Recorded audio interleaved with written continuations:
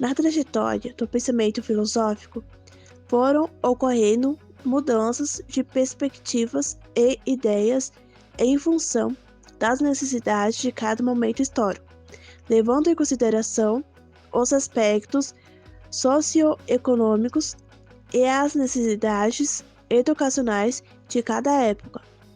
Chegamos agora ao século das luzes, o Iluminismo. Descartes e Locke já vivenciaram os prenúncios desse movimento que defendia a razão, tida como a luz que teria a sociedade das trevas do antigo regime da Igreja mantinha o poder sobre os homens e detinha maior representação política. Dentre as ideias dessa época destacam-se a necessidade de maior liberdade econômica, política e o avanço da ciência da razão. A característica específica desse movimento consiste na convicção de que apenas a razão é a luz da realidade. Se algo não pudesse ser justificado à luz da razão, então não seria julgado como real.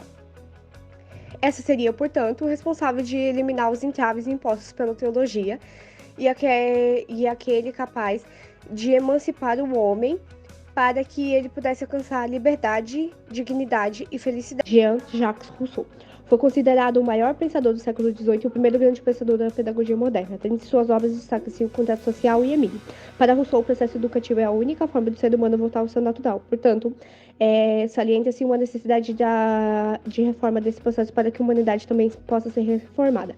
Para o pensador, o ser humano nasce bom e a sociedade acaba por corrompê-lo. Tudo que vem da natureza encontra-se em estado de perfeição, porém, acaba por degenerar-se por conta do ser humano.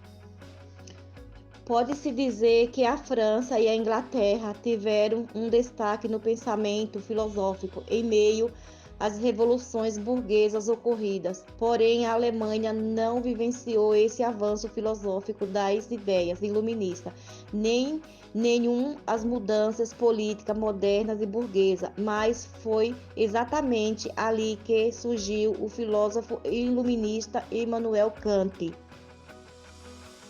Para Kant, muitos indivíduos se mantêm na condição de menores por preguiça de fazer uso do seu pensamento, sabendo que existiam pessoas que podem fazer isso por eles. Para se conseguir uma liberdade de pensamento, é necessário não só dominar o conhecimento, mas saber fazer uso deles de maneira crítica. Nesse sentido, lhe opondo a liberdade como condição prioritária para o uso autônomo da razão.